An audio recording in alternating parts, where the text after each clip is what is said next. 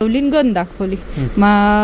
मला माझी मिसेस इकडे आलेली डिलिव्हरीला, तिला आणलेलं मी आणि मुद्दामून तुझे मिस्टर नाही आहेत किंवा इथं कोणी मोठं हे नाही आहे आणि गन दाखवून मग माझ्या आधी साडीवरती फोटो काढले, नंतर मला नग्न केलं आणि त्यानंतर माझे फोटो आणि व्हिडिओ काढले गनच्या धाकावरती आणि ते व्हिडिओ घेऊन पुन्हा मग मी आता हे तुझ्या मिस्टरांना दाखवणार आणि तुझ्या नातेवाईकामध्ये दाखव. पण त्याला माझ्याबद्दल आवड होती, मला त्यांनी बराच वेळेस मागणी घातली पण मी त्याला नकार दिला, कारण माझे वडीलही पोलीस होते पण मी वेगळ्या समाजाची, तो वेगळ्या समाजाचा असल्यामुळे त्या गोष्टी शक्य नव्हत्या, होणंही शक्य नव्हतं. तर मी डायरेक्ट माझ्या आईवडिलांनी घरच बदलून टाकलं, लग्न माझं त्यांना हवं तिथे करून दिलं लग्न. अरे मी आणि त्याचं सरळ सरळ म्हणणं आहे की मी नागपूरला ड्युटी करतोय आणि केलेली आहे 5 वर्ष. मी सर्व प्रकारचे गुन्हे करून गुन्हे करून पिलेलो आणि तू काही जरी केलं तरी माझं काही होत नाही आणि जरी झालं सस्पेंड तर मला अर्धी पगार घरात बसून माझ्या लेकरासोबत एन्जॉय करून मला मिळणार. आणि एखादे माझ्या आईचं त्याच्या आईचं जमत नव्हतं तर त्याच्या घरातल्या एका मेंबरकडनं म्हणण्यापेक्षा काहीतरी वाद झालेले होते आणि माझ्याकडून न कळतपणे त्याच्या आईच्या अंगावरती खरकटं पाणी टाकण्यात आलं. तर तो त्याचा इगो हर्ट झालेला होता की माझ्या आईच्या अंगावर हिने मुद्दामून टाकलं पाणी आणि त्याला कमी वयामध्ये 21व्या वर्षी पोलिसाची नोकरी लागली. मी पोलीस असतानाही हिनं मला नकार दिलाय आणि तो एक युगो होता की माझ्याकडे वर्दी मिळाली, इतक्या कमी वयामध्ये मी पोलीस झालोय आणि मी हिला प्रपोज करतोय तरी हिनं मला नकार दिला. हा एक युगो होता आणि त्याच्या आईच्या जे पुरावे दाखल करणार. तुमच्या FIR मध्ये नाशिकच्या ते काही तुम्ही पोलीस अधिकाऱ्याचं नाव घेतलं की त्या संपर्कात जा आणि ते त्यांच्यावर काही विनयभंगाचा अत्याचाराचा गुन्हा दाखल कर. हा नेमका प्रकार काय होता, कशासाठी होता? कारण त्याचा काही वाद आहे पोलीस अधिकारी, त्यांच्या भाऊजाईनं जी की माझी मैत्रीण होती तर तिनं यानं तिचा विनयभंग केलेला होता. यानं रवींद्र. मराठी महाराष्ट्रामध्ये आपल्या सगळ्यांचं स्वागत आहे. पुन्हा एक अत्याचाराचं प्रकरण आहे आणि ते बीडमधलं प्रकरण आहे. बीड शहरातील शिवाजीनगर पोलीस ठाण्यामध्ये 21 जुलै रोजी एक FIR दाखल झालेला आहे 376चा आणि आत्ताचं BNS 64 हे जो आहे तो गुन्हा दाखल झालेला आहे आणि हा गुन्हा इतर कोणावर नाही तर एका पोलीस अधिकाऱ्यावर झालेला आहे. API रवींद्र लिंबाजी शिंदे राहणाऱ्या FIR मध्ये आरोपी असलेल्या व्यक्तीचं नाव आहे आणि सदरील व्यक्ती औसा या ठिकाणी, बरोबर ना, औसाला जे आहे ते नोकरीला आहे. आणि गमतीचा विषय असा आहे की FIR दाखल होण्याच्या अगोदर सदरील व्यक्ती रजेवर गेलेला आहे, म्हणजे कदाचित गुन्हा दाखल झाल्यानंतर नोकरीवर काही गदा येऊ शकते. या सगळ्या गोष्टी पूर्वनियोजित सगळ्या गोष्टी केलेल्या आहेत. या प्रकरणामुळे 4 कुटुंब उद्ध्वस्त झालेली आहेत. महिला तर आहेच पण दुसरीकडे महिलांचे नातेवाईक आणि त्यांची लेकरं यांच्यावर फार मोठी जे आहे तर दुःखाचा डोंगर वगैरे या सगळ्या गोष्टी कोसळलेल्या आहेत. पीडित महिला माझ्यासोबत आहे. नेमका काय प्रकार घडलेला होता सुरुवातीपासून ते सांगणार आहेत. 2007पासूनचं प्रकरण आहे आणि या पोलिसांची मुलगी आहे, म्हणजे वडीलसुद्धा पोलीस सेवेमध्ये होते, सदरील व्यक्तीचा वडीलसुद्धा पोलीस सेवेमध्ये होता आणि सोबत राहायचे. कशा प्रकारे जाळ्यात अडकवण्यात काय आमिष होती हे त्यांच्याकडून जाणून घेणार. पीडित महिला माझ्यासोबत आहेत. ताई, तुमच्याकडून जाणून घेण्याचा प्रयत्न करायचा आहे. मात्र काही सांगता येत असतील गोष्टी तुमच्या शब्दामध्ये सांगा, कारण शक्य नाही आहे तुम्हाला ह्या सगळ्या गोष्टी सांगणं. आम्ही तुमच्याकडून बऱ्याचशा गोष्टी ऐकून घेतल्या, मात्र आता वास्तवात बोलणं फार कठीण आहे तुमच्यासाठीचं. मात्र घडलेला काय नेमका प्रकार होता, कसं तुम्हाला जाळ्यात ओढण्यात आलं, लग्नाच्या अगोदरच्या ह्या सगळ्या गोष्टी कशा होत्या आणि तुम्हाला आज काय त्रासाला सहन करावं लागतं आहे, काय तुमच्यावर बर्डन आहे? आम्ही पोलीस कॉलनीमध्ये शेजारी राहत होतो, एकाच गल्लीमध्ये, एक भिंतमध्ये असल्यामुळे आमचा परिचय होता आणि 2007मध्ये माझं लग्न झालं. तर लग्न झालं असता मी सासरी गेले, परंतु मिस्टरांना जॉब असल्यामुळे बीडमध्येच वापस आले राहण्यासाठी. बीडमध्ये आले असता त्यानं माझा पाठलाग केला, इच्छा पुरवला की मी कुठं जॉब करते किंवा मी राहते कुठं किंवा माझे मिस्टर कुठं जॉब करतात, ह्या सगळ्या गोष्टी तो माहिती ठेवत असे. मिस्टर जातात येतात कुठं, ही कुठं राहते, ह्या सगळ्या गोष्टीचा पाठपुरावा घेत असे मित्राच्या साह्याने स्वतः पण. आणि तो त्यावेळेस कॉन्स्टेबल होता, तो बीडमध्येच होता. तर त्या पद्धतीने माझी सगळी इन्फॉर्मेशन ठेवायचा. मी त्याला पूर्णपणे माझा त्याला नकार असतानाही तो माझ्या अवतीभोवती फिरायचा. फोन नंबर मी बदलले तरी माझे नंबर मिळवायचा कोणत्या ना कोणत्या माध्यमातून आणि मला संपर्क साधायचा किंवा जिथं मी जॉब करत असेल तिथं पण यायचा तो.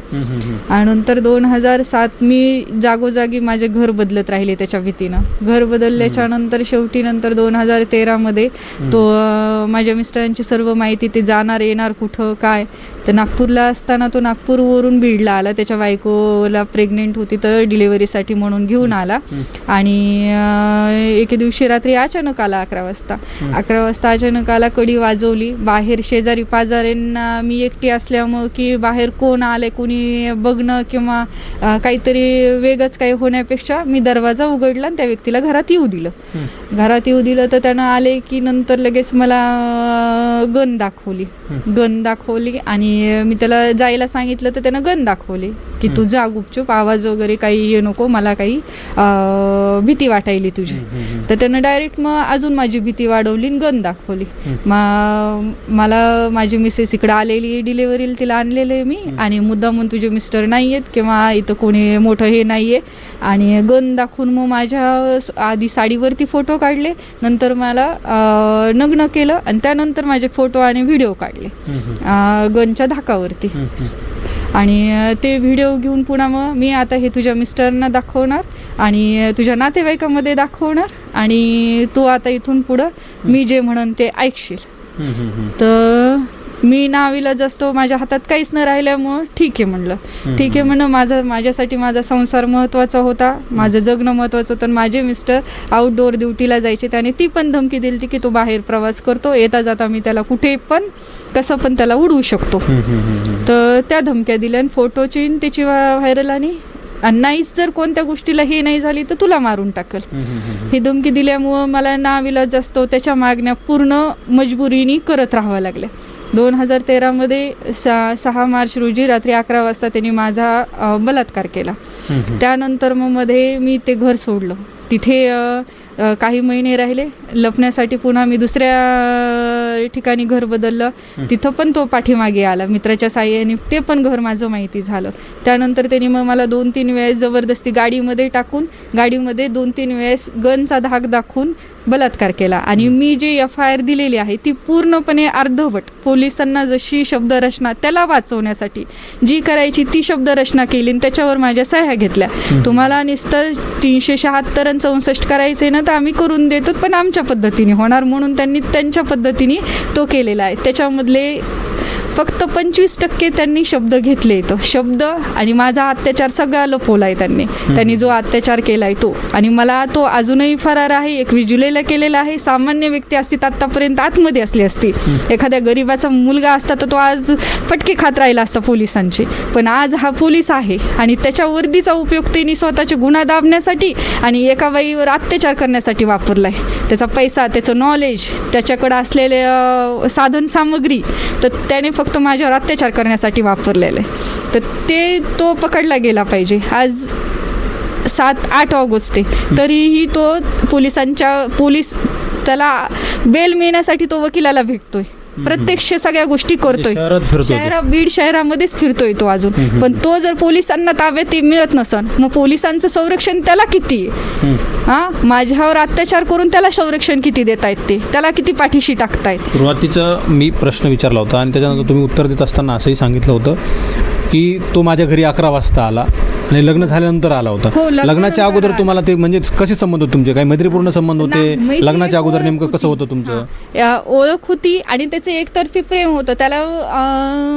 त्याचा प्रकार काय होता मला माहीत नव्हता, पण त्याला माझ्याबद्दल आवड होती. मला त्यांनी बराच वेळेस मागणी घातली पण मी त्याला नकार दिला. कारण माझे वडीलही पोलीस होते पण मी वेगळ्या समाजाची, तो वेगळ्या समाजाचा असल्यामुळे त्या गोष्टी शक्य नव्हत्या, होणंही शक्य नव्हतं. तर मग मी डायरेक्ट माझ्या आईवडिलांनी घरच बदलून टाकलं. लग्न माझं त्यांना हवं तिथे करून दिलं लग्न. पण त्यानंतरही स्वतः का तो मी पोलीस आहे आणि आईच्या आईवडिलांनी एक बेरोजगार व्यक्तीशी म्हणजे सुशिक्षित पण त्यांच्या नात्यातल्या व्यक्तीशी लग्न करून दिले माझ्याशी न करता. तो त्याचा इगो हर्ट झाला त्यांनी.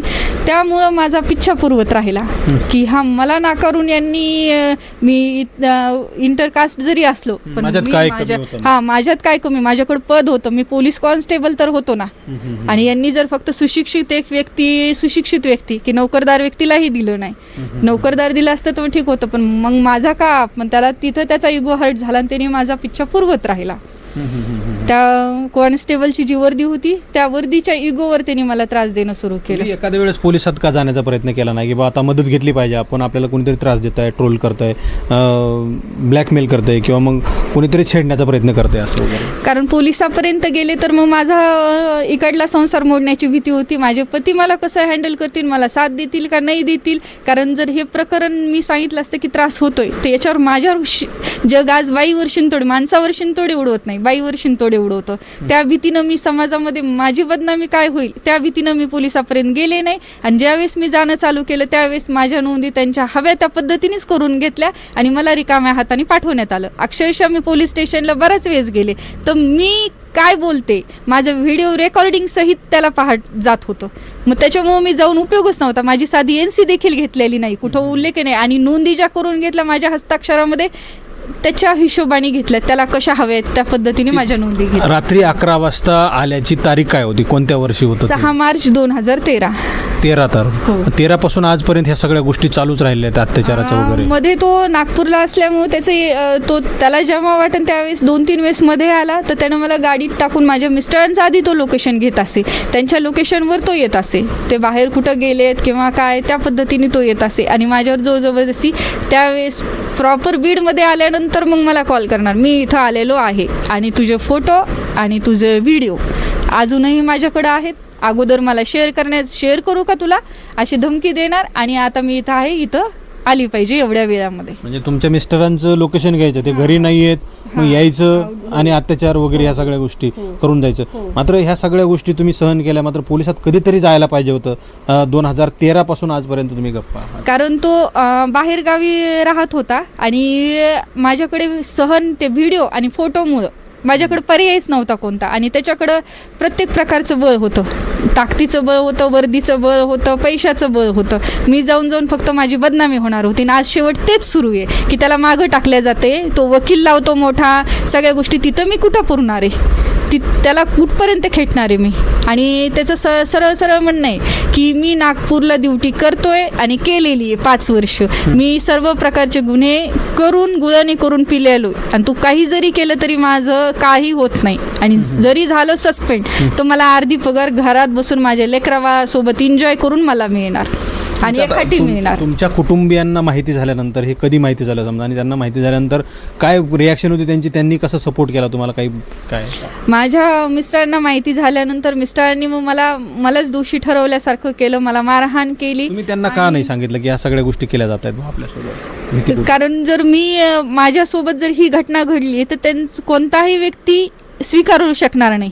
आणि मला माझे लेकरं होते, समाज होता, तर त्यामुळं मी त्या व्यक्तीला पूर्ण कोणतीच गोष्ट सांगितली नाही. फक्त त्या व्यक्तीचे पण उलट मी त्रास सहन केले की त्या व्यक्तीला जो या प्रकारामुळे त्रास होता तो पण त्रास मी सहन केला. आणि नाविलाजास तो मला कुठं कंप्लेंट न देता फक्त सहन करत राहावं लागलं, त्याचा पण त्रास.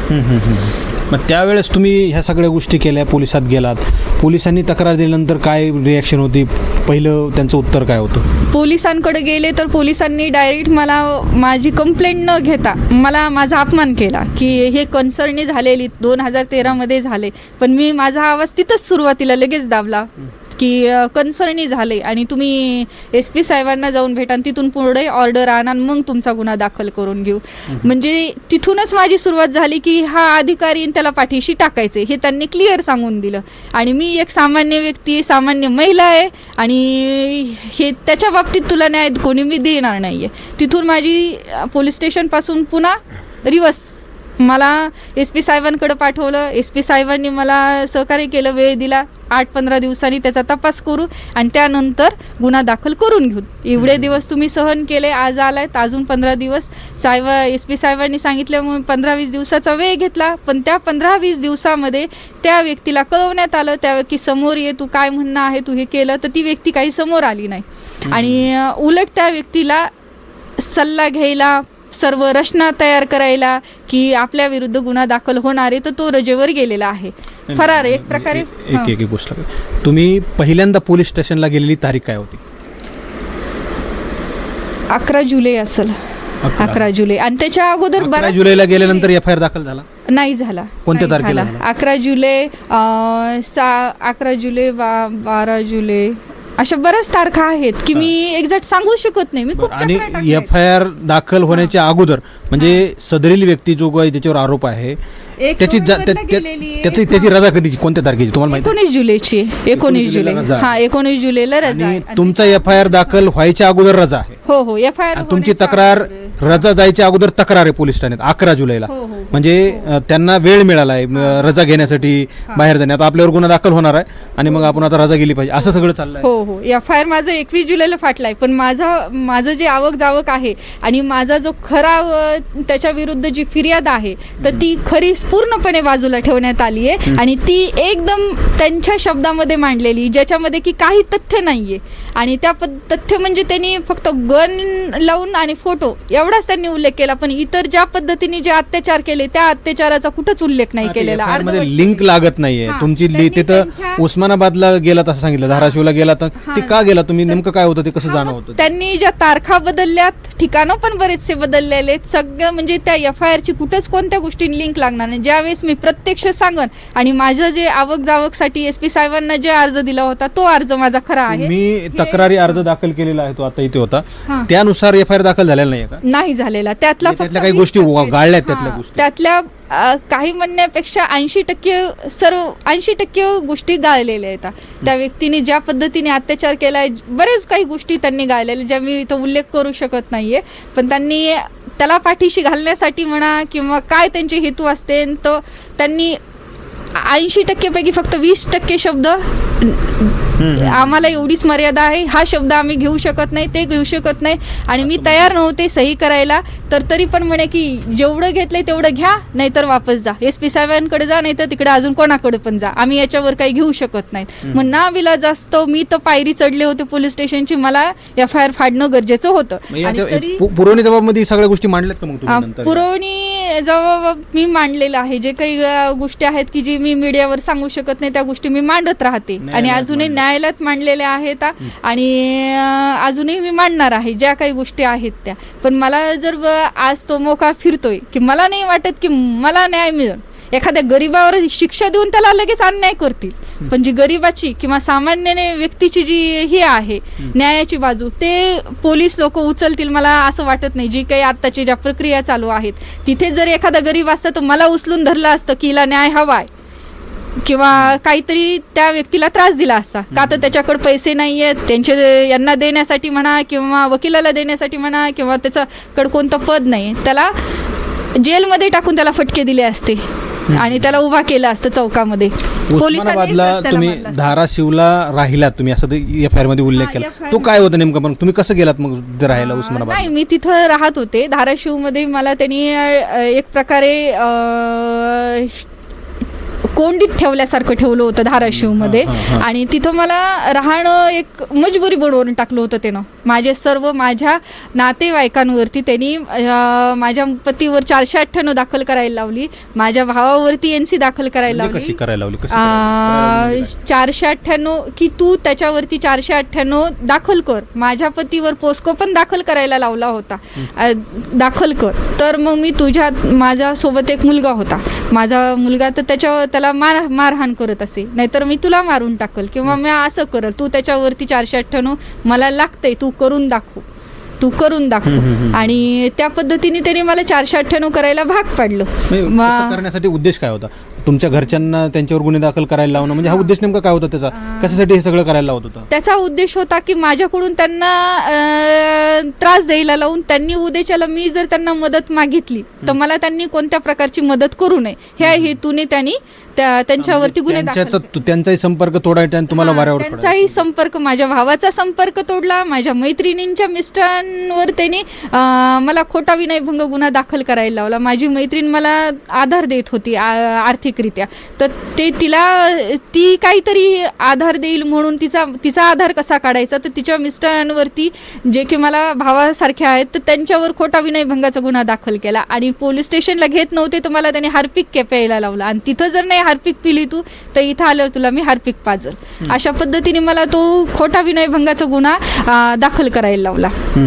आणि ह्या 3 गोष्टी केल्यानंतर शेवटी त्यांनी एक IPS आहेत नाशिकचे अजिंक्य मिरखेलकर, जे आदित्य मिरखेलकर म्हणून, की त्यांच्या संपर्कामध्ये जा आणि तिथून वापस आल्यावरती त्यांच्यावरती पण 354चा गुन्हा दाखल कर.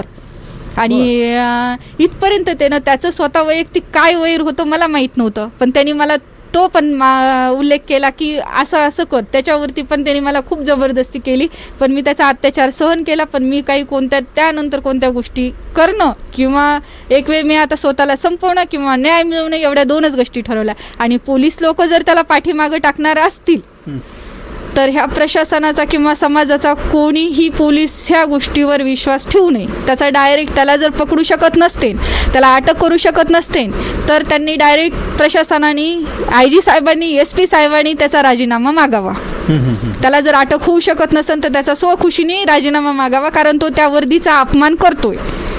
त्याच्या आईला पत्नीला ह्या सगळ्या गोष्टी माहिती आहेत त्यांना, त्यांचं काय सपोर्ट, त्यांचं काय तुम्हाला फोन वगैरे काय वगैरे नाही, फोन वगैरे काही नाहीये, पण त्याच्या पत्नीला सर्व माहिती आहे. तर ती समाजामध्ये बोलताना असं म्हणते की माझा नवरा क्लास 1 अधिकारी आहे, गॅझेटेड अधिकारी आहे आणि त्याला बायकाचा नाद आहे, त्याला तमाशाचा नाद आहे आणि त्याला बायका लागतात आणि तो मला बायकोच्या दर्जानं किती महिन्याला तोळ्याचं सोनं करून देतो, त्याची सर्व प्रकारची प्रॉपर्टी माझ्या नावावर आहे, माझ्या लेकरांना तो व्यवस्थित सांभाळतो, माझ्या आईवडिलाला तो त्याच्या आईवडिलापेक्षा जास्त सांभाळतो आणि त्याच्यामुळं मला तो बाहेर काय करतो, कोणत्या बाईबरोबर आहे त्याच्याशी मला देणं घेणं नाही. त्याचे 10 बायकांशी संबंध, नवीन 10 बायकांशी प्रत्येक वर्षाला संबंध राहतात आणि त्याला बायकांचा नाद आहे आणि त्याच्याशिवाय त्याचं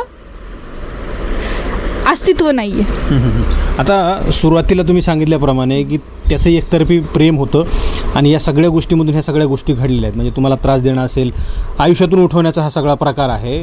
फक्त एवढंच कारण आहे त्याला की वेगळं काही आणखी कारण आहे? एकतर्फी प्रेम आहे आणि त्यासाठी तुम्हाला आयुष्यातून उठवायला चाललेलं आहे. एकतर तुमच्यासोबत गैरकृत्य केलं, गन दाखवणं वगैरे काय असेल ते. प्रेम असतं तर त्यानं असं केलं नसतं. प्रेम नव्हतं ते. म्हणजे काय राग होता तुम्हाला त्याचं आयुष्य तुमचं उद्ध्वस्त करण्याचा नेमकं काय राग होता? तुम्ही कधी त्याच्यासोबत वाद झाले होते शेजारी असल्यामुळं? काही त्याचे वेगळं काही होतं का?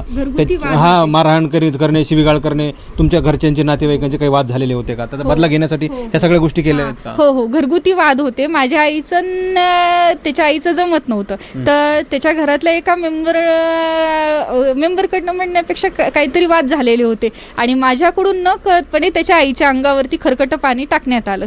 तर तो त्याचा इगो हर्ट झालेला होता की माझ्या आईच्या अंगावर हिने मुद्दामून टाकलं पाणी आणि त्याला कमी वयामध्ये 21व्या वर्षी पोलिसाची नोकरी लागली. मी पोलीस असतानाही हिनं मला नकार दिलाय आणि तो एक युगो होता की माझ्याकडे वर्दी मिळाली, इतक्या कमी वयामध्ये मी पोलीस झालोय आणि मी हिला प्रपोज करतोय तरी हिनं मला नकार दिला. हा एक युगो होता आणि त्याच्या आईच्या अंगावर खरकटं पाणी माझ्याकडनं चुकून पडलं तर तो तिथं त्याचा माझ्या आईच्या अंगावरती खरकटं पाणी हिनं टाकलं. तर तो एक वैरभाव, तो एक त्याच्यामध्ये द्वेष होता. हे 2 कारणं होती की मला नाकारलं आणि माझ्या आईच्या अंगावर खरकटं पाणी टाकलं आणि त्यांनी तसा उल्लेखही मला केला, तुझं मी काय कसं करतो ती बघ. म्हणजे त्याला तुम्हाला सूड उगवायचा होता, धडा शिकवायचा होता, तुमच्यासोबत लग्न केलं नाही हे एक वेगळी गोष्ट. तुमच्याकडून ते पाणी वगैरे सांडपाणी पडलं त्यामुळे ह्या सगळ्या गोष्टी चाललेल्या आहेत. मात्र इतकी मानसिकता क्रूर असणं फार कठीण आहे. या सगळ्या गोष्टी तुम्हाला आज काय सहन करावं लागतंय? कशा गोष्टी तुम्ही केल्या आहेत आजपर्यंत? त्यानं खूप वेगळ्या प्रकारचा अत्याचार केलेला आहे. मला त्यानं 1-2 वेळेस धाराशिवमध्ये नेऊन रस्त्याला डांबून असं वेगळ्या प्रकारचं संध्याकाळी अत्याचार केलेला आहे. मारहाण खूप प्रकारे केलेली आहे आणि कुठंही कधीही की तू 112ला कॉल करायचा नाही किंवा पोलीस स्टेशनला जायचं नाही आणि जर गेलीस तर तू तिथून तर काही होणार नाही. मी सगळ्या प्रकारचे गुन्हे करून उकळून पेलेलो आहे आणि सर्व डिपार्टमेंट माझ्या बाजूने आणि सर्व डिपार्टमेंट मी विकत घेऊ शकतो, एवढी माझ्यामध्ये ताकद आहे. सर्व प्रकारचे गुन्हे, वकील विकत घेऊ शकतो, जज विकत घेऊ शकतो मी आणि तू काही केलं तरी तुझा काही निभाव लागणार नाही. त्याच्यामुळे मी म्हणतो तसं जे आहे ते सहन कर आणि त्या पद्धतीने राहा. आज तुम्ही पोलीस अधीक्षक अधीक्षकांना निवेदन देण्यासाठी गेला होता, मात्र त्याने माझ्याकडनं 2 चिठ्ठ्या लिहून घेतलेल्या आहेत की कारण त्याचा इतका त्रास आहे की मी आत्महत्या करण्यापर्यंत गेलेली आहे, तर तू जर आत्महत्या केली तर त्याचे जिम्मेदार माझे मिस्टर आणि माझं भाऊ जिम्मेदार असेल म्हणून 2 चिठ्ठ्या मारहाण करून लिहून घेतलेल्या आहेत. म्हणजे तुम्ही जर आत्महत्या केली तर त्याला जबाबदार तुमचे मिस्टर असतील, तो नसेल. माझ्यानंतरही माझ्या मिस्टरांना अडकवायचंय, माझ्या भावांना अडकवायचंय, हा त्याचा हेतू आहे. म्हणजे तुम्ही आत्महत्या केल्यानंतर तो जबाबदार नसेल, तुमचे मिस्टर जबाबदार आहेत. असं त्याला दाखवायचं आहे. पण मी जर कधी बाय चान्स माझी आत्महत्या झाली, आज मी केस टाकल्यापासून त्याचे नातेवाईक, त्याच्या सासरवाडीचे नातेवाईक मिळवणे, त्याच्या बायकोच्या मामाचे मुलं, त्याचे जवळचे कोणी जे आहे शिंदे कुटुंब सोडता त्याचे इतर नातेवाईक जे आहेत सासरवाडीचे, ते माझ्या आसपास फिरतायत की ही कुठे आहे. पण मला त्यांच्यापासून धोका आहे आणि माझ्या जीवाचं जर काही झालं तर फक्त रवींद्र शिंदे आणि कोमल वंजारे जिम्मेदार, शिवाजी वंजारे, मंगल वंजारे, सचिन वंजारे आणि लखन वंजारे जिम्मेदार असतील. तुम्ही आज पोलीस अधीक्षकांना निवेदन देण्यासाठी गेला होता, मात्र उपमुख्यमंत्री अजित पवार या ठिकाणी होते, तुमची भेट झाली नाही. पुन्हा तुम्हाला काय तक्रार मांडायची होती, तुम्हाला काय तिथं त्याची फिर्याद, तो फिरताय असं त्या तक्रारीमध्ये सुद्धा तुम्ही म्हटलं की माझ्या दारातून जातोय वगैरे ह्या सगळ्या गोष्टी. हो, कारण तो बीडमध्येच फिरतोय. बीडमध्ये त्याच्यावर गुन्हा दाखल असून सुद्धा तो बीडमध्ये गुन्हा दाखल असून तो बीडमध्ये फिरतोय, बीडच्या आसपास फिरतोय, त्याच्या फॅमिलीला घेऊन फिरतोय. कारण त्याचे लोकेशन मला सर्व, मी पण त्याच्या पाठीशी पोलिसासारखीच पाठीशी लागले की तो कुठं दिसतोय. पण मला त्याचे पुरावे सापडतायत की तो इथं आहे तिथं आहे. पण मी सांगून पण जर पोलिस त्याच्या पाठीशी नाहीये, पाठीशी म्हणजे त्याचा एक गुन्हेगार म्हणून त्याच्या पाठीशी फिरत नाही, एक अधिकारी म्हणून त्याला सपोर्ट करतायत. म्हणजे मी जर त्यांना सांगितलं की तो इथं आहे तर उलट त्याला तिथली जागा सोडायला लावून दुसरीकडे सेफ ठिकाणी जायला सांगतायत ते. आणि तो फक्त त्याला जो वेळ दिला जातोय तो त्याचा बेल मिळण्यासाठी आणि पुन्हा स्वातंत्र्य देत आहेत ते एक प्रकारे. एका गुन्हेगाराला, त्या वर्दीतल्या राक्षसाला, एका अत्याचाराला लपवत आहेत, त्याच्या वर्दीमुळं लपवत आहेत. पण तो त्या लायक नाही आहे आणि त्याच्या वर्दीवर जो डाग आहे, जे अधिकारी लपवते ते डाग त्यांच्या वर्दीवर पडतात. त्या रवींद्र शिंदेला जे मागे टाकतील, जे अधिकारी त्याला, त्यांच्या वर्दीवर ते डाग पडले समजायचे. तुम्ही FIR मध्ये जे आता मला सांगितलं, म्हणजे मराठी महाराष्ट्राला सांगितलं, त्याच्या फार वेगळं FIR मध्ये आहे. ते मारहाण झाले, तुम्ही मला काही फोटो पाठवले ते मारहाण इजा झालेले, तुम्ही हॉस्पिटलला असतानाचे. तो नेमका काय प्रकार होता आणि कुठं तुम्हाला मारहाण झाली? ती मला धाराशिवमध्ये मारहाण झालेली आहे. त्यानं माझ्यावरती जबरदस्ती अत्याचार केला आणि तो मला धाराशिवला, मी जिथं राहत होते तिथं आला आणि धाराशिवमध्ये नेऊन गेटच्या तिथे नेऊन त्यांनी मला मारहाण केलेली आहे. त्यांनी स्वतः घेऊन गेलेला मला तो तिथे आणि तिथं नेऊन मारहाण केली. त्याच्या बायकोच्या साह्याने पण मारहाण केली. स्वतःचा मोबाईलने माझा कानाचा पडदा फाडला, मोबाईलनं मारलं आणि मोबाईल फुटला. त्याच्या गाडीवर डोकं आदळवलं तर गाडीची काच फुटली आणि त्याच्यानंतर त्यानं मला गाडीची काच आणि मोबाईल फुटला. त्याच्या बायकोने सायकलचं लॉक दिलं त्याच्या हातामध्ये, आपल्या वस्तू खराब होत आहेत ह्या लॉकनी मारा. तर सायकलचं पाईपचं लॉक होतं, त्या पाईपच्या लॉकनी मला मारलं त्यानं शेवटी. आणि बेशुद्ध पडल्यानंतर मारून हाणून शुद्धीवर आणलं आणि त्यानंतर मला त्यांनी दवाखान्यात आणि मी आरडून ओरडून सांगायचे कोणाला तरी, कोणीतरी 112 आसपास. म्हणजे कधी होता हा प्रकार, दिवसा का रात्री, कधी होता हा सगळा प्रकार? 11 वाजता घडला. मग कुणी आसपास कॉलनीत राहायला नव्हतं, कुणी आलं नाही सोडवायला? नाही, कोणी सोडवायला. त्याच्या वर्दीची दहशत एवढी होती आणि त्याच्यावरती जे गुन्हा दाखल केलेला आहे त्याचं जे स्वरूप आहे एकदम गुन्हेगार आणि क्रिमिनल असे प्रकारचं, पोलीस अधिकारी असण्यापेक्षा एक त्या पोलीस वर्दीमध्ये एक क्रिमिनल असल्या प्रकारचा आहे तो त्या एरियामध्ये. त्याच्यामुळे तिथं कोणीही समोर आलं नाही किंवा कोणीही 112ला कॉल केला नाही किंवा कोणी माणुसकीच्या नात्याने सुद्धा माझ्यापर्यंत मला वाचवण्याचा त्याच्या भीतीपोटी कोणीच प्रयत्न केला नाही. तुम्ही उस्मानाबादला तुम्हाला डांबून ठेवला, तो कसं सुटला तिथून, तुम्हाला कसं येता आलंय मग बीडला?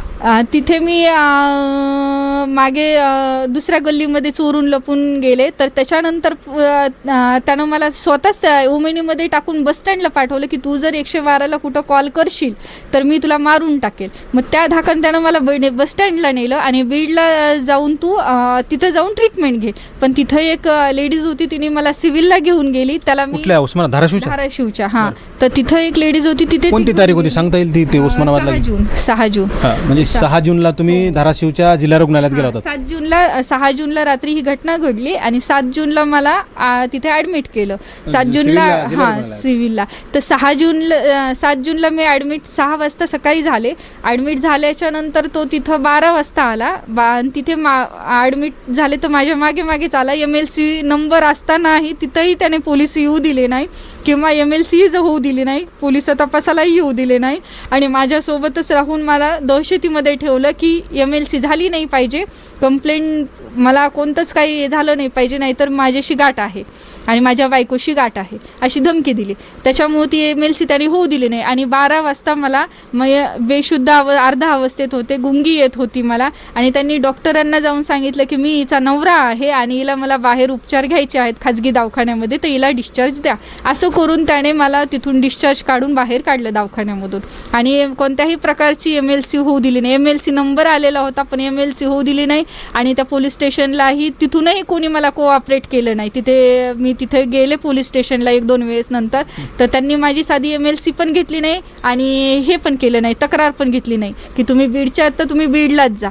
अशा प्रकारे त्यांनी पोलीस स्टेशन धाराशिवच्या आनंदनगरच्या पोलिसांनी पण माझी पळवापळवी केली. मी तिथं 2 दिवस राहिले. तुम्ही आज SP-ना भेट झाली का तुमची?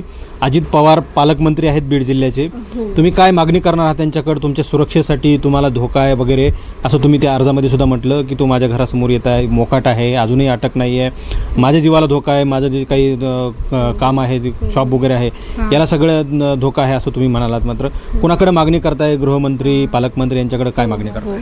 मी अजितदादांना भेटण्यासाठी गेले होते पण जे काही समाजाच्या ज्या काही समस्या आहेत तर ते त्यामध्येच बिझी होते किंवा जे काही कार्यक्रम होता त्याच्यामध्येच बिझी असल्यामुळे माझी त्यांची भेट झाली नाही. पण मी अजितदादापर्यंत जाणार आहे, एकनाथ शिंदेपर्यंत जाणार आहे आणि जरांगे पाटलाकडे पण जाणार आहे आणि मला यांनी जो माझ्यावर आत्तापर्यंत अत्याचार केला आणि मी माझा आवाज समाजासाठी, माझ्या लेकरांसाठी, माझ्या पतीच्या इज्जतीसाठी मी त्याचा अत्याचार सहन केला. पण मी आज पोलीस स्टेशनला गेले असताही तो मोकाट फिरतोय, त्याच्यावर गुन्हा दाखल केला असताही तो मोकाट फिरतोय. इतकी यंत्रणा स्थूल कशी की त्याला पूर्वकल्पना देऊन त्याला सर्व रचना करता आल्या की मला आता रजेवर जाणं गरजेचं आहे. तो रजेवर फिरतोय बायकोला घेऊन आणि सस्पेंड जरी झाला तरी त्याचं म्हणणं आहे की मला अर्धा पगार मिळणार आहे. मग जर एखाद्या अत्याचारी त्याच्या पदाचा वापर करून त्या पदाच्या जीवावर मिळवलेल्या पैशाचा वापर करून जर तो समाजावर अन्याय करणार असेल तर त्याला पद का राहिलं पाहिजे? तो त्या पदातून बरखास्त झाला पाहिजे, नुसता निलंबित नाही तर बरखास्त झाला पाहिजे. तुमची आणखी वेगळी काय मागणी आहे त्याची? त्या पदावर त्याची ताकद वाढून तो पुन्हा मला माझ्यावर अत्याचार करणार, माझ्यावरच किंवा इतर बायकांवरही अत्याचार करणार. अशा कितीतरी बायका असणारच त्याच्या पाठीशी. त्याला त्यांनी जे छळलंय आणि त्याच्यात ह्या अत्याचारामध्ये बायकोचा पूर्णपणे आधार आहे, सपोर्ट आहे. या सगळ्या गोष्टीमध्ये तुम्हाला आता काय सुरक्षेची आवश्यकता आहे? तुम्ही पोलिसांना काय आवाहन करताय? अजितदादांच्या नंतर पोलिसांना काय आवाहन करताय की मला सुरक्षेसाठी काय? त्यांची उद्याची तारीख कुठली कोर्टाची आहे तुमची? कधी तारीख आहे? आता 8 तारीख दिली आहे. त्यांनी बेलला ॲप्लिकेशन दिलेलं आहे तर 8 तारीख आम्ही घेतली वाढून, कारण आमच्याकडं काही त्यांनी माझे बरेचसे पुरावे नष्ट केलेले आहेत. काही कॉल रेकॉर्डिंग आहेत. माझ्याकडून त्यांनी वेगवेगळे प्रकारचे गुन्हे स्वतःच्या स्वार्थासाठी, माझे सगळे नाते तोडण्यासाठी गुन्हे दाखल करून घेतले. फोनवरती मला वेगवेगळ्या पद्धतीने बोलायला लावलं. मला याची मागणी कर, माझ्याकडे ये म्हणायला, स्वतःच्या बायकोकडं किंवा नातेवाईकाला पुरावा देण्यासाठी की स्वतःच माझं शोषण करून घेण्यासाठी मला फोनवरती तू असं बोल तसं बोल की मला ये म्हणलेले, मला तुझं हे पाहिजे की इकडं दाखवायचं आहे, तिकडं दाखवायचं आहे, असं करायचं आहे. ह्या हेतूने त्यांनी माझ्या वेगवेगळ्या त्याला हव्या तशा अपेक्षित रेकॉर्डिंग बनवून घेतल्या आहेत आणि त्या रेकॉर्डिंग आणि माझ्या मोबाईलमध्ये तो जे बोललेला आहे की तू असं बोल तसं बोल, ते रेकॉर्डिंग किंवा ते माझ्या याच्यातले जे काही पुरावे आहेत ते त्यांनी नष्ट केलेले आहेत. तरी पण त्यापैकी माझ्याकडं पुरावे आहेत तर ते मी नक्कीच कोर्टामध्ये ज्यावेळेस चार्जशीटवर येईल त्यावेळेस मी माझे पुरावे दाखल करणार. तुमच्या FIR मध्ये नाशिकच्या ते काही तुम्ही पोलीस अधिकाऱ्याचं नाव घेतलं की त्या संपर्कात जा आणि ते त्यांच्यावर काही विनयभंगाचा अत्याचाराचा गुन्हा दाखल कर. हा नेमका प्रकार काय होता, कशासाठी होता? कारण त्याचा काही वाद आहे पोलीस अधिकारी? त्यांच्या भाऊजाईनं जी की माझी मैत्रीण होती तर तिनं व्यक्तीचा विनयभंग केलेला होता. याने यानं रवींद्र शिंदेने त्या लेडीजचा विनयभंग केलेला होता, त्यांच्या नातेवाईकाचा. तर तो विनयभंग दाखल केलेला होता, त्यामुळे त्या लेडीजनं त्याच्यावर विनयभंग दाखल केलेला होता. तर ते त्याला माहिती झालं की हे ह्या व्यक्तीचे हे आहे, नातेवाईक आहे. तर मग त्या व्यक्तीला क्रॉस मला वापर करण्यासाठी त्यांनी माझा वापर करूनही घेतला. तिच्या मिस्टरांवर जी आहे, तर तिच्या मिस्टरांवर मला खोटा विनयभंगाचा हार्पिकचा धाक दाखवून मला त्याच्यावरती खोटा विनयभंगाचा गुन्हा दाखल करायला लावला. आणि त्यानंतर पुन्हा त्या IPS अधिकाऱ्यावरती पण तिथे नाशिकला भेटायला जा आणि तिथं भेटून ये, एक बहीण म्हणून जा, रिक्वेस्ट काहीतरी इमोशनल की मला अशी अडचण आहे, तशी अडचण आहे, हे कारण करून तिथे जा तू. आणि तिथून वापस आल्यावरती त्याच्यावरती 354चा गुन्हा दाखल करायचा आहे. तर मला त्याने मला त्याच्यासाठी पण खूप प्रेशराईज केलं. पण मी त्या गोष्टीला पूर्णपणे त्याचा अत्याचार सहन केला, पण ती गोष्टीला मी त्याला होकार दिला नाही. व माझ्या मिस्टरांवरही पोस्को दाखल करण्याचा खूप त्यांनी दबाव आणला, प्रयत्न केला. मला त्यासाठीही त्यांनी मारहाण केली, पण तो मी दाखल केलेला नाही. त्या बाबतीतल्या त्या दोन्ही पोस्को बाबतीतले रेकॉर्डिंग आहेत माझ्याकडे की तुझ्या मिस्टरांवर पोस्को दाखल कर, हे दाखल कर, त्या रेकॉर्डिंग पण आहेत माझ्याकडे. आता मिस्टरांचा काही सपोर्ट आहे तुम्हाला, काही ते मदत करतात का, तिरस्कार वगैरे करतात का? तुम्ही सांगितलं त्यांनी मारहाण करण्याचा प्रयत्न केला, मात्र ही सगळी खरी कहाणी त्यांना सांगितल्यानंतर ते काहीतरी तुम्हाला मदत करतात का, की ती त्यांची भावना वगैरे बदलतात? नाही, त्यांची भावना वगैरे काही बदल म्हणता येणार नाही. पण माझे जे लेकरं आहेत, तर मी 498 म्हणण्यापेक्षा मी माझा उदरनिर्वाह भागवण्यासाठी माझं स्वतःचं घर आहे, तर पण मी बाहेर किरायाने राहते. आणि एकटी बाई म्हणल्यावरती एक मंदिर बनल्यासारखं असतं, म्हणून मी त्या घराचा आधार घेण्यासाठी त्यांच्यावरती DVची कोर्टामधून DV टाकलेली आहे, पोटगी मागितली आहे. तर त्या जज साहेबांना मी सर्व झालेला प्रकार सांगितला आहे. तर ते जज साहेबांनी त्या मिस्टरांना मला स्वीकारायला सांगितलं. त्यांना गौतम ऋषीची उपमा देण्यात आली, मला अहिल्याची उपमा देण्यात आली. आणि हिला घरामध्ये घ्यायचं आणि हिला नांदवायचं. नांदवणं होत नसेल तर तिला घरामध्ये तिच्या नावावर घर आहे, त्या 2 रूममध्ये ती राहणार, ती आणि तिचा मुलगा राहणार. आणि तिचा उदरनिर्वाह तू करणार, असं जज साहेबांनी त्याला आदेश दिलेला आहे. तर तो तयार नाहीये, पण आहे आदेशामुळे त्याला डावलता येत नाहीये. तर तो आता पाहू पुढे काय होतंय. तर खूप खूप धन्यवाद दिलेल्या वेळाबद्दल तुम्ही. आणि मराठी महाराष्ट्र प्रेक्षकांना आणि तमाम महाराष्ट्रातल्या लोकांना सांगायचं आहे सगळ्यात महत्त्वाची गोष्ट, कोथरूडचं प्रकरण आम्ही आत्ताच पाहतोय. पुण्यामध्ये 3 मुलींचा कशा प्रकारे छळ करण्यात आलेला होता. पोलीस प्रशासनाचे लोक वर्दीचा फायदा घेऊन आणि पदाचा वापर करून वरिष्ठ अधिकाऱ्यांना हातपाय जोडून कशा प्रकारे पदाचा वापर करतात, हे जिवंत प्रकरण कोथरूडचं असताना कोथरूडच्या अगोदरच हे घडलेलं 21 जुलैला प्रकरण घडलेलं आहे. आणि इथला रवींद्र शिंदे नावाचा जो काही API अधिकारी आहे, याने सुद्धा अशाच प्रकारे सदरील पीडित महिलेचा वापर केलेला आहे. वापर म्हणण्यापेक्षा आयुष्य उद्ध्वस्त केलेलं आहे. त्यांच्या सांगितल्याप्रमाणे गनचा धाक दाखवून जे आहे ते त्यांच्याकडून सगळं आयुष्य उद्ध्वस्त केलेलं आहे. आणि कारण काय सांगितलं यांनी, तर त्याच्या आईच्या अंगावर खरकटं पाणी पडलं. दुसरं, तो यांच्यावर एकतर्फी प्रेम करायचा आणि लग्न यांच्यासोबत करायचं होतं. मात्र इंटरकास्ट असल्यामुळं त्यांना ह्या सगळ्या गोष्टी जमल्या नाहीत. आणि तो नंतर पोलीसमध्ये भरती झाला आणि पोलीसमध्ये भरती होऊनसुद्धा मला नकार दिला आहे. या सगळ्या गोष्टी पूर्ववैमनस्य मनामध्ये धरून सदरील महिलेला अशा प्रकारे त्रास देण्यात आलेला आहे, आयुष्यातून उठवण्याचा प्रकार झालेला आहे, अशी त्यांनी ही कहाणी सांगितली. अत्यंत हृदयद्रावक. आणि दुसरं म्हणजे त्या पोलीस IPS अधिकाऱ्यावर नाशिकच्या कुठेतरी स्वतःच्या नातेवाईकांना किंवा मग त्यांनी सदरील महिलेने याच्यावर विनयभंगाचा गुन्हा दाखल केला आणि त्याचा बदला घेण्यासाठी यांचा वापर करण्यात आला. तू तिथे जा आणि त्यांच्याकडून काहीतरी फोटो वगैरे काढल्यानंतर विनयभंगाचा गुन्हा त्यांच्यावर दाखल कर, अशा प्रकारचा वापर केला. याहीपेक्षा वेगळं त्यांच्याच नातेवाईकांवर, भावावर, त्यांच्या पतीवर जे आहे ते त्यांच्यावर गुन्हे दाखल करायला लावले. आणि तर या सगळ्या गोष्टी होतील, तुला मी जीवे मारून टाकेल, नंतर या सगळ्या गोष्टी कर असं म्हणत धमक्या देत शरीराचं आयुष्य उद्ध्वस्त केलेलं आहे. आणि शरीराचं सगळं सामाजिक स्थिती खराब केली, मानसिक शारीरिक सगळी स्थिती जी आहे ते आयुष्य उद्ध्वस्त केलेलं आहे. एकीकडं नातेवाईकांना म्हणजे पतींवर, भावावर गुन्हे दाखल करून त्यांच्यापासून तोडलं गेलं. दुसरीकडं पुन्हा आपणही स्वतः अत्याचार करून जे आहे ते त्यांचा आयुष्य उद्ध्वस्त करण्याचा प्रयत्न केलेला आहे. आणि पोलिसांना बऱ्याचशा गोष्टी ज्या आहेत ते करून घेतलेल्या आहेत. आणि म्हणजे एक व्यक्ती जो माणूस आहे आणि तो जसा राक्षक बनल्यानंतर कसा भक्षक बनतो, आता पोलीस आपण रक्षक म्हणून त्यांच्याकडे पाहतो आणि हेच जर भक्षक बनणार असतील तर सामान्य लोकांचं काय, असा प्रश्न गेल्या अनेक वर्षांपासून अनुत्तरित आहे. या सगळ्या गोष्टी आणि पोलीस प्रशासनाकडून जे आहे ते यांच्या सांगितल्याप्रमाणे की तक्रार दाखल द्यायला गेले, 11 जुलैची तारीख होती, 11 जुलैला तक्रार दाखल करायला गेले, मात्र तुमचं समंजसाने वेगळे वेगळे काहीतरी उत्तर दिले आणि यांना पाठवून देण्यात आलं. दुसऱ्या वेळेस त्या गेलेस पोलीस अधीक्षकांकडे त्यांनी तिकडं पोलिसांना सांगितलं, बोलून घेतलं आणि त्याच्यानंतर फोन करून त्यांना सांगितलं की सदरील महिला दाखल करायला आलेली आहे. त्याने सांगितलं की ह्या सगळ्या गोष्टी चुकीच्या आहेत आणि नंतर मग 18 तारीख आहे त्याची रजेवर जाण्याची, 19 जुलैला रजेवर गेला. म्हणजे आता माहीत झालं की आता आपल्यावर गुन्हा दाखल होणार आहे, आपल्या नोकरीवर गदा येऊ शकते, लगेचच रजेचा अर्ज देऊन सदरील व्यक्ती फरार आहे. फरार म्हणण्यापेक्षा बीडमध्ये यांच्याच दारासमोरून यांच्या समोरून गाडीवर बाईकवर स्टाईल मारत जात असल्याचं यांनी सांगितलेलं आहे. अजित पवारांना आवाहन केलेलं आहे, एकनाथ शिंदेंकडे जाणार आहे, मनोज जरांगेंकडे जाणार असे सुद्धा सांगितलेलं आहे. महिलांवरील अत्याचार काही केलेला थांबायला तयार नाहीत. महिला आयोगाकडे तुम्ही गेलेला होतात का, शेवटचा प्रश्न आहे. नाही, तिथे फक्त आता अर्ज दिला आहे मी, पण महिला आयोगाकडे पण जाणार आहे आणि ONC म्हणून आहे एक महिला आयोगाचंच आहे, तर तिथं मला ज्यावेळेस मारहाण केली तर तिथं मी 3-4 दिवस ॲडमिट होते, तर तिथं पण मला उपचार करायला त्यांनी कोणी नातेवाईक पण ठेवले नाही की माझी सलाईन संपली आहे आणि माझी सलाईन संपली सांगायला पण कोणी डॉक्टरला नातेवाईक ठेवलं नाही. मी बेवारस सारखी सिव्हिलमध्ये होते आणि ONCच्या लोकांनी मला जे तिथं आधार दिला, तर महिला आयोगाचंच एक कार्यालय आहे सखी केंद्र म्हणून, तर तिथे मला 2-4 दिवस राहण्याची हे आधार मिळाला राहण्याचा, जे की मला कुणीतरी व्यक्ती माझ्या आसपास याच्यात असणं गरजेचं होतं, तर तिथं मला महिला आयोगाकडून तेवढा आधार मिळालेला आहे.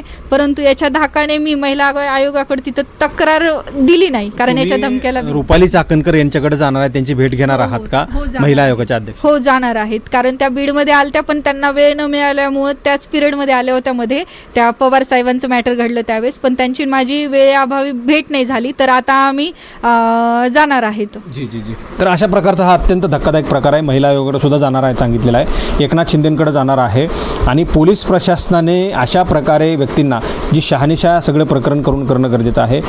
यांनी सांगितल्याप्रमाणे जर सदरील आरोपीला पोलीस पाठीशी घालणार असतील तर लोकांनी न्याय मागायचा कोणाकडे, हा सगळ्यात मोठा प्रश्न. त्याचे बरेचसे नातेवाईक पोलीस डिपार्टमेंट आहेत, मित्र डिपार्टमेंटमध्ये आहेत, त्याचे नातेवाईक पोलीस डिपार्टमेंटमध्ये आहेत, त्याचे संपर्कातले बरेचसे लोक डिपार्टमेंटमध्ये आहेत. अक्षरशः मी तिथं जर गेले काय बोलते याचा व्हिडिओ कॉल सहित त्याला पोहोच केल्या जाते, त्याला सर्व माहिती दिली जाते की माझी हालचाल का मी काय करते किंवा मी कुठं आहे, त्याला डिपार्टमेंट एक प्रकारे माहिती देऊन त्याला पाठीशी घालतोय, त्याला वाचवतोय. पण या सगळ्या गोष्टी आहेत, अत्यंत धक्कादायक गोष्टी आहेत. आणि बोलताना त्यांनी असंही सांगितलं की हा जर सुटला, तो जर नोकरीवर राहिला, पदावर राहिला, तर वर्दीच्या धाकाने अनेक महिलांच्या इज्जती लुटू शकतो, अनेक महिलांचं आयुष्य उद्ध्वस्त करू शकतो. त्यामुळे त्याची नोकरीवर राहणं आणि त्याच्यावर कायदेशीर गुन्हा त्याला चाप बसणं, लगाम लागणं गरजेचं आहे, अशी मागणी या ठिकाणी पीडित महिलेने घेतली आहे. याला जर पाठीशी घातलं तर अजून अधिकारी पुन्हा तशा प्रकारचे राक्षसी प्रवृत्तीचे अधिकारी घडायला वेळ लागणार नाही, अशा प्रकारची जी आहे ती मागणी या ठिकाणी केलेली आहे. कॅमेरा पर्सन मी संग्राम दानवे, मराठी महाराष्ट्र न्यूज, बीड.